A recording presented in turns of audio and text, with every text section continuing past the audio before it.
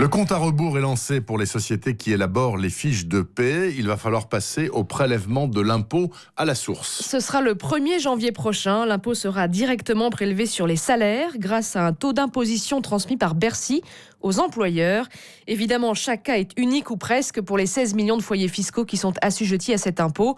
Une nouvelle phase de test a donc débuté il y a quelques jours chez les éditeurs de logiciels de fiches de paye afin d'éviter les bugs, par exemple chez Meta4 à Asnières-sur-Seine, près de Paris. Christophe Ponzio.